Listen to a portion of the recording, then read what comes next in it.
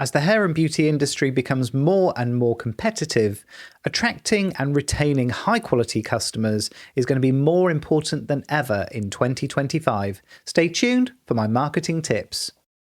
All on Build Your Salon. Hello, my salon friends. Phil Jackson here, your queen of salons, coming in your eyes and ears again with another dose of wise owl wisdom, and this episode due to be released on Christmas Eve. If Christmas is your thing, let me be amongst the first to wish you a very happy Christmas and a peaceful and prosperous 2025. That said, how do we make sure we have a prosperous 2025? Well, part of that picture, a very important part of that picture, is going to be marketing. So rather than sharing a load of marketing tips, which you may or may not choose, I thought it would be more useful if I shared how I feel salon marketing is going to evolve and change over 2025. And there's an overarching theme to what I'm going to describe, and that overarching theme comes to us through AI, believe it or not. And I'm not talking about leaning into AI for more and more of your marketing. I do think there's a fantastic, significant role in marketing for salons using AI, but I think most of what I'm going to describe is a reaction to AI. This will become clear as we go through. So my first strategy for a successful year of marketing is to really lean in to video. And I know lots of you are a little bit camera shy and you may well not be hugely comfortable in front of the camera. Trust me, from someone who has been in front of the camera for quite a few years now, it takes some getting used to. And even now, I can think of things that I would rather do than be creating video content, which is very strange given how good we are at maintaining and nurturing relationships with our customers when we are face to face. So I'm going to encourage you to find a way to use video which is comfortable to you, whether that be what we call face to camera, which is what I'm doing now, or whether that be something a little bit more casual, a bit more behind the scenes, whether that be conversational. And actually a really good way, if you don't like being on video, a really good way of taking some of the pressure off is to share the screen with someone else and have a chat between the two of you, but find a way to make it work. How does that tie in with AI? Well, I think what we're going to see over the next 12 months is a huge increase in the amount of AI-generated content in terms of blog content, social media posts. And I think what that's going to create is a craving for authenticity, a craving for connection. And the best way we have to market our salons online in an authentic way is to get on camera, start building that relationship through the lens, let people know you, understand you, get behind you, trust you, build your expertise, build that level of trust with potential and current clients, deepen those relationships with the clients you already have. So I want you to prioritize video. Don't just tie yourself to the social media platforms, though. At the end of the day, if you post a reel to Instagram or Facebook, they own that content, not you. So make sure that you've got it in other places too. I think a really useful way of using video is doing exactly what I'm doing here, which is creating what we call a long form piece of content, so a longer piece of content, then dividing it up, chopping it up into little pieces, which we can then use as reels on Instagram, as we can use on reels on Facebook, we can use on TikTok, and we can use on YouTube Shorts as well.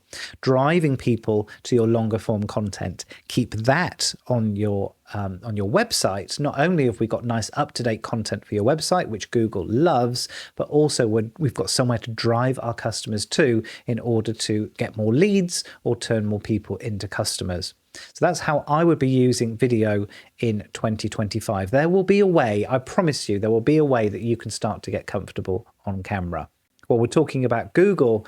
I think the mistrust that is starting to build on our social media platforms means that local SEO is going to become much more important. I think so many people have been piling all of their efforts into social media for such a long time that this is actually going to be quite a big shift in salon marketing. But I think, again, because of AI-generated content, people are going to start feeling that social media becomes more and more phony, that those connections are not real, that those relationships that are built on social media need a bit of authenticity to them. So I think actually having SEO a priority for your website, but also investing time in in your Google profile, making sure that we're nurturing more local connections, making sure that we're obtaining those 5-star reviews and responding to them appropriately. I think that's going to become much more important. So I would be prioritizing those things in 2025 as well. Now, I appreciate all of that is a slow burn. But do bear in mind when it comes to marketing, what's happening in your business now is not just a result of the marketing that you've been doing this week. It's a result of the marketing you've been doing over weeks, months, even years sometimes. So while we're looking for those short-term wins, perhaps with our video content, let's also make sure that we're sowing the seeds for those longer-term wins with things like SEO and those local listings. So prioritize the authenticity that comes through your Google links and your website, not just your social media. Next up, I want you to start prioritizing more personal communication. What that means is that I think we need to really look at how we're communicating with our customers, again, away from social media. I think social media is going to become a noisier place, but a place where it's harder and harder to stand out as something authentic. So how can we communicate with our customers? Well, digitally, I'm a big fan of email marketing. I see email as that quiet space away from social media where we can have a longer conversation with our customers, where we can share more information and really position ourselves as the experts.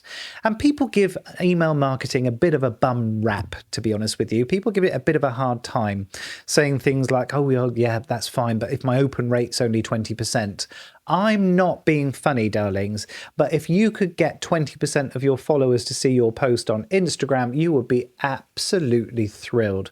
So don't underestimate the power of email marketing. That said, I also recognize that if your clientele is very young, that email marketing may not switch them on in quite the same way. So we need to be looking, I think, at the messaging apps. I think we need to be leaning into WhatsApp, Telegram, but also don't throw out SMS marketing. SMS can feel a bit clunky, but in terms of open rate and very short-term immediate impact, SMS really can't be beaten. But make sure when we're putting these messages together that they're highly targeted, so that they feel much more authentic and much more personal. Blanket bombing the entire database with your SMS message is not going to work, but take a small segment of that database, maybe even just a dozen of your customers, and put something together that's highly targeted to them, highly relevant to what you think they might be interested in, and I think there's some marketing collateral there. And finally, I think I need to emphasize the need to get away from digital altogether. We've talked a little bit about the importance of local SEO, but I want to go a stage further than that. And I want us to start to really see our salons as communities and a part of a community away from that digital space. I think when we're putting our marketing together, I want you to start emphasizing what your business is about, why you're in business. I want you to be sharing causes and charities that you get behind with your customers.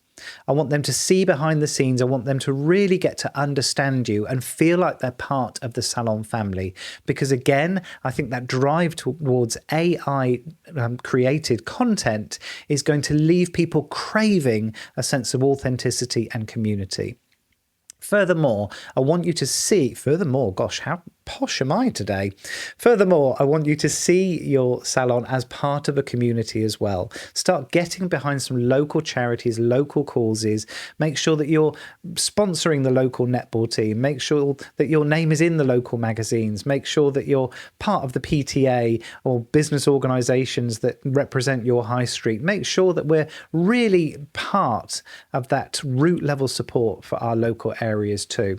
Make sure that also that we're seeing ourselves as part of the salon community. Make sure that you're looking at industry charities, form connections with other salons and look for opportunities to collaborate too. But that connection, that community, I don't think can exclusively happen in the digital space. And I think people are going to be craving those kind of connections as we go through 2025. Ultimately, I see 2025 as a huge opportunity marketing-wise to just calm down.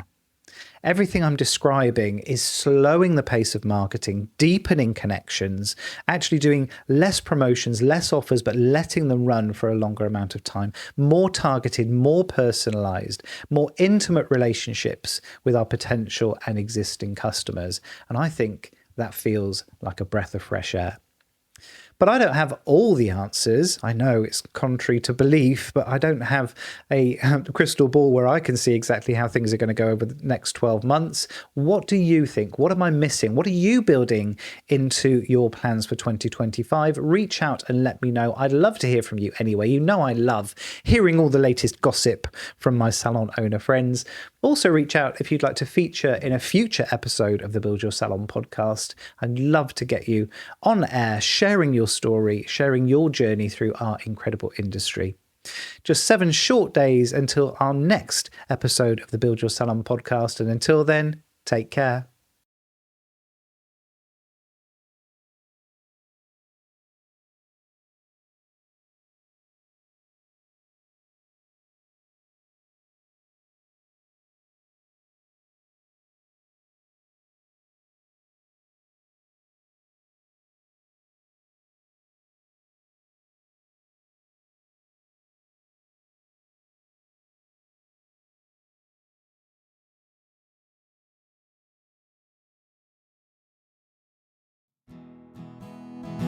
Sit down and see what's going on with the queen of salons. Hair, beauty, and more. Successful tips for business owners.